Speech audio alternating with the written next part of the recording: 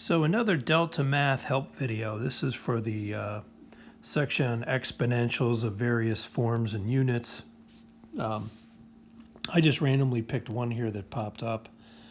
So if you had initial value of 920, and this is like a generic problem. I don't know what it's 920 units of a drug or a population of 920 bacteria. I don't know what it is. So whatever it is, it's 920 of something decays exponentially at a rate of 85% every week. So after a week, there's hardly any left. You're losing 85% of it.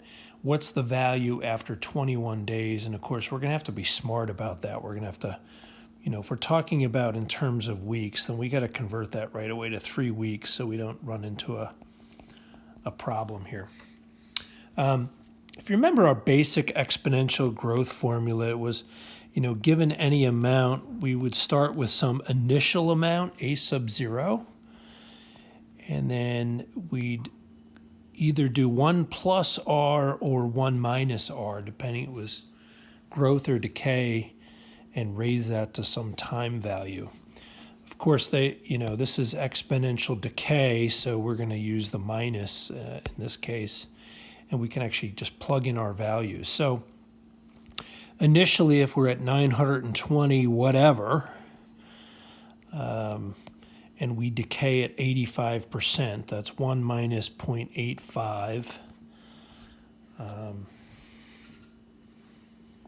That's my equation. And then we want to know, hey, what's going to be left after 3 weeks, after 21 days? So we'll raise that to the third power. That's what we're looking for.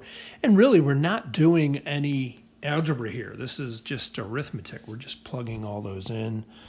I guess if you want, you could, subtract that and get 0.15. In other words, if you're losing 85%, you're maintaining 15% every week. But really, you're just going to jam that in your calculator. And if you do that and round to the nearest 100th, then again, not much left. You're left with 3.11 of whatever the substance is or whatever the population is. That's all you're left with. Okay, so again, that was exponentials of various forms.